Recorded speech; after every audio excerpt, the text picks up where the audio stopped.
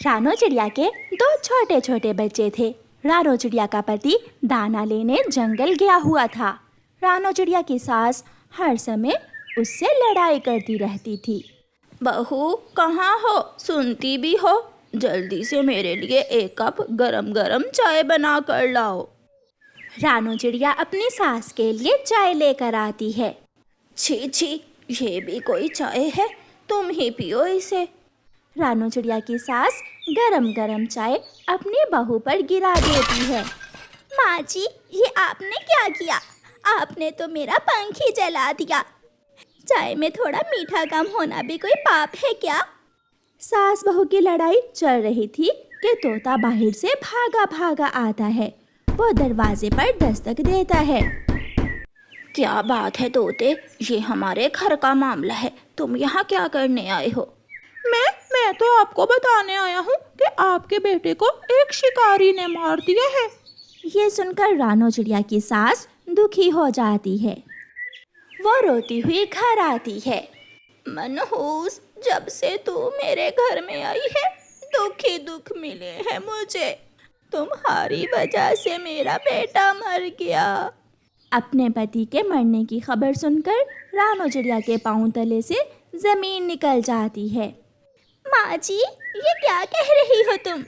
तोता बता कर गया है, तुमने मेरे बेटे को मीठा फल लेने इंसानों की बस्ती की तरफ भेजा था। दादो, मगर मीठा फल तो पापा से मैंने मांगा था। चुप कर जाओ मेरी बेटी, चुप कर जाओ। अभी रानो चिड़िया के पति को गुजरे हुए 2 दिन ही हुए थे जब रानो चिड़िया दाना लेकर घर आती है तो उसका सामान घर के बाहर पड़ा था। बच्चे सामान के पास बैठे हुए थे। मम्मा, दादो ने सामान घर से बाहर फेंक दिया है और हमें भी घर से निकाल दिया है। सासू माँ ने ऐसा क्यों किया? मैं पूछती हूँ सासू माँ से। सासू माँ, दरवाज़ा खोलें, मैं दाना लेकर आ गई हूँ। खिड़की से उसकी सास बोलती है। आज से इस घर के दरवाजे तुम्हारे लिए बंद हैं, जहाँ जी करता है जाओ। अब मुझसे तुम्हारा और तुम्हारे इन बच्चों का पेट नहीं भर होगा। कृपया करें माँ जी, मैं इन छोटे छोटे बच्चों को लेकर कहाँ जाऊँगी? मैं दाना कमा कर ले आऊँगी, आपका भी और अपने बच्चों का भी। मेरा बेटा ही ना रहा तो मेरा तुमसे क्या रिश्ता? जाओ, भाग जाओ यहाँ से। तुम्हारा सामान मैंने घर से बाहर रख दिया है। रानो चिड़िया अपनी सास की बहुत विनती करती है मगर सास दरवाज़ा नहीं खोलती। प्यारे दोस्तों, रानो चिड़िया की ऐसी कहानियाँ सुनने के लिए YouTube सर्च बार में रानो चिड़िया की कहानी लिखें या फिर ये बटन दबाकर बोलकर कहें रानो चिड़िया की कहानी। फिर थक हार कर मम्मा चिड़िया अपने बच्चों को साथ लेती है और अपना सामान उठाकर वहाँ से चली जाती है। बच्चों को पानी पिलाने के लिए मम्मा चिड़िया नदी किनारे रुकती है। मम्मा, अब हम कहाँ जाएंगे? हमारा तो कोई घर नहीं है। मम्मा, क्या हम बिना घर के पेड़ों पर ही रहेंगे? मैं अपने बच्चों के लिए नया घर बनाऊंगी जहाँ मेरे बच्चे सुरक्षित और खुश रहेंगे। वो फिर से उड़ते हैं। जंगल की दूसरी ओर झरने के पास मम्मा चिड़िया को एक अंगूर की बेल नजर आती है। मम्मा चिड़िया उस अंगूर की बेल पर अपना घोंसला बनाने का फैसला करती है। बच्चों, मैं घोंसला बनाने के लिए तिनके जमा करती हूँ, तब तक आप इस बेल से अंगूर तोड़कर खा लो। मम्मा चिड़िया तिनके लेने चली जाती है। बच्चों, क्या तुम मुझसे दोस्ती करोगे? मेरा कोई दोस्त नहीं है। क्या आप बात कर सकती हो? क्या आप चमत्कारी अंगूरों की बेल हो? हाँ, मैं एक चमत्कारी अंगूरों की बेल हूँ। हम आपसे दोस्ती करेंगे ज़रूर। पहले हमें एक सुंदर सा घर बना कर दो। अंगूर की वो बेल पलक झपकते ही अपनी एक शाख पर एक छोटा सा सुंदर सा घर बना देती है। बच्चे पेट भरकर अंगूर खाते हैं और घर के अंदर जाकर सो जाते हैं।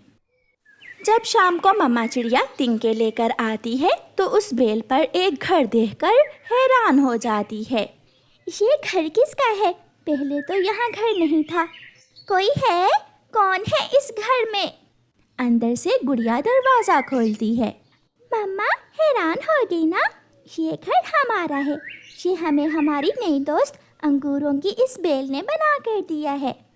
ये बेल कैसे घर बना सकती है? मैं आपको हर मौसम में अंगूर खिला सकती हूँ, घर बना कर दे सकती हूँ, क्योंकि मैं एक चमत्कारी बेल हूँ। ये बच्चे मेरे दोस्त हैं और मैं अपने दोस्तों के लिए कुछ भी कर सकती हूँ। मम्मा चिड़िया खुशी खुशी घर के अंदर चली जाती है। फिर ऐसे ही कुछ दिन गुजर जाते हैं और फिर एक दिन कौवे और कौवा उड़ते उड़ते उस दिशा में आ जाते हैं। कालू जी, मैं तो अंगूर खाऊंगी। अरे अरे, ये घर तो बहुत सुंदर है। ये घर किसका है? ये घर हमारा है। मैं, मेरी बहन गुड़िया और मेरी मम्मा रहते हैं इस घर में।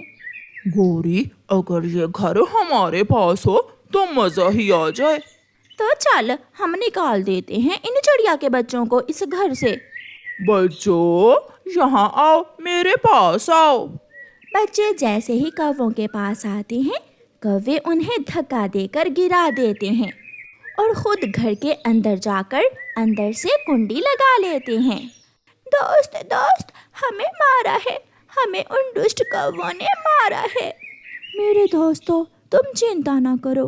अभी रात होने का इंतज़ार करो, फिर देखना मैं कैसे भगाती हूँ इन कौवों को यहाँ से। मम्मा चिड़िया भी आ जाती है। बच्चों, आप यहाँ क्यों बैठे हुए हो? मम्मा, हमारे घर पर 2 कौवों ने कब्जा कर लिया है।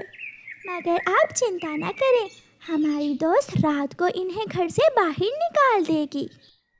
रात हो जाती है।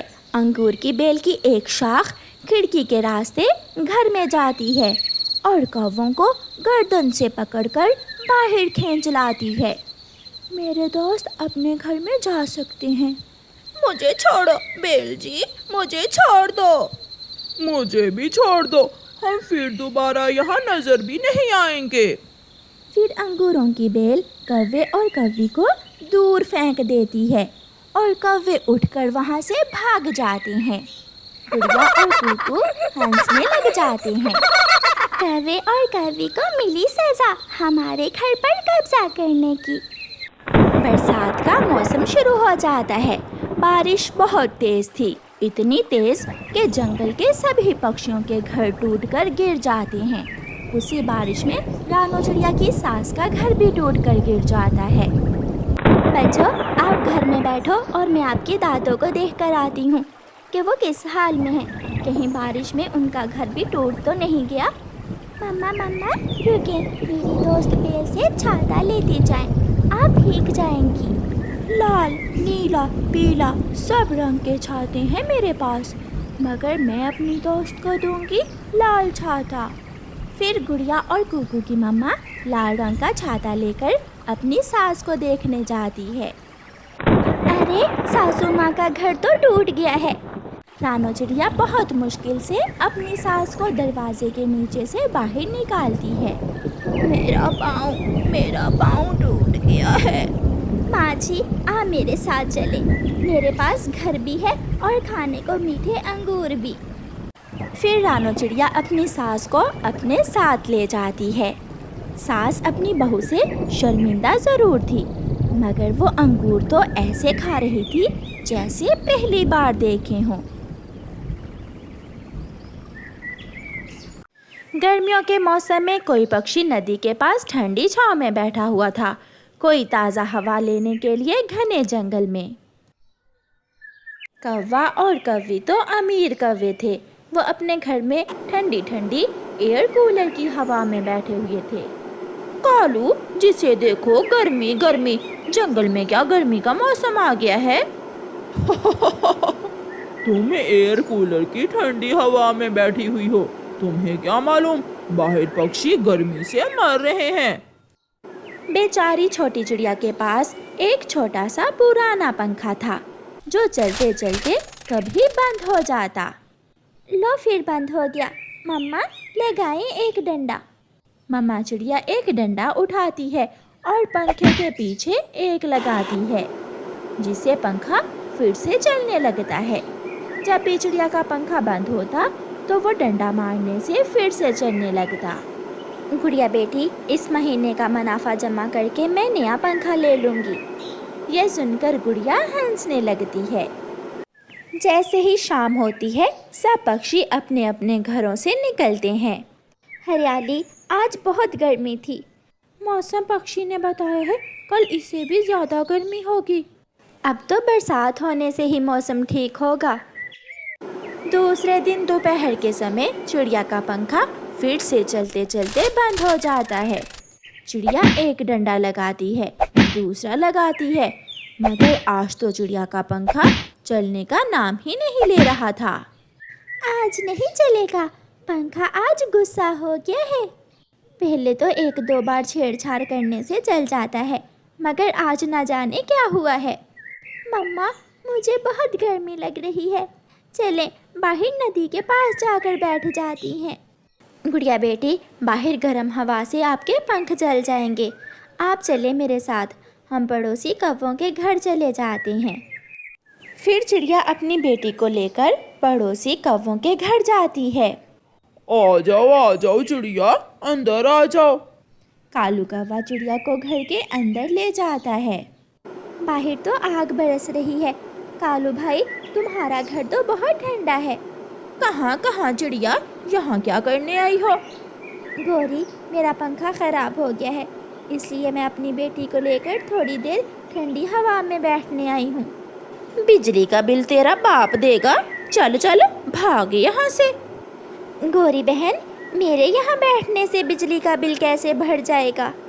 गौरी, बैठ लेने दो थोड़ी देर चिड़िया को, पड़ोसन है हमारी। ये एयर कूलर मेरे भाई ने लेकर दिया था मुझे, ये मेरे दहेज का एयर कूलर है, समझे? चलो चलो चिड़िया, ऐसा ना हो कि मैं तेरे साथ साथ कालू को भी यहाँ से निकाल दूँ। कालू तो ये सुनकर चुप हो जाता है और चिड़िया बेचारी अपनी बेटी को लेकर वहाँ से चली जाती है। एक खजूर का पेड़ चिड़िया की परीक्षा लेता है और चिड़िया से कहता है, चिड़िया यहाँ आओ, मेरी बात सुनो। चिड़िया और उसकी बेटी वहाँ चली जाती हैं। चिड़िया, ये छोटा पेड़ मेरा बेटा है, इसे सीधा कर दो, वरना ये छोटा पेड़ मेरा बेटा मर जाएगा। मैं आपकी मदद ज़रूर करूँगी, चाहे कितनी भी गर्मी हो। फिर वो दोनों माँ बेटी उस छोटे खजूर के पेड़ को सीधा करती हैं और साथ में थोड़ी मिट्टी लगा देती हैं। तुम बहुत अच्छी चिड़िया हो, मैं एक जादुई खजूर का पेड़ हूँ। बोलो चिड़िया, तुम्हें क्या लेना है? पेड़ जी, गर्मी बहुत है और मेरा पंखा भी ख़राब हो गया है, कृपया करें मुझे एक ठंडी हवा देने वाला पंखा दे दें। मैं तुम्हें अपने पत्तों से बना हुआ एक ठंडी हवा देने वाला एयर कूलर दूंगा। जाओ चिड़िया और अपने घर में जाकर जादुई एयर कूलर की ठंडी हवा में बैठ जाओ। चिड़िया गुड़िया को साथ लेकर अपने घर जाती है। घर तो ऐसा था जैसे बर्फ हो, अंदर से घर बहुत ठंडा था और जादुई एयर कूलर चल रहा था। मम्मा, अब तो हमारे गर्मियों के दिन बहुत अच्छे से गुजरेंगे। गुड़िया बेटी, मैं गरीब पक्षियों को बुला कर लाती हूँ, वो भी हमारे साथ जादुई एयर कूलर की ठंडी हवा में बैठ जाएंगे। उधर चलते चलते गोरी कौवी के एयर कूलर से एक जोर की आवाज़ आती है और सारा घर धुएं से भर जाता है। कालू कहाँ हो? एयर कूलर क्यों बंद कर दिया? बंद नहीं किया, तुम्हारे दहेज का एयर कूलर जल गया है। ये सुनकर गोरी कौवी रोने लग जाती है। अब मैं गर्मी के दिन कैसे गुजारूंगी? कालू, मेरे पास तो अब पैसे भी नहीं है जो नया एयर कूलर ले सकूं। अगर कोई गरीब पक्षी है तो मेरे जादुई एयर कूलर की ठंडी हवा में बैठ सकता है। कोई है?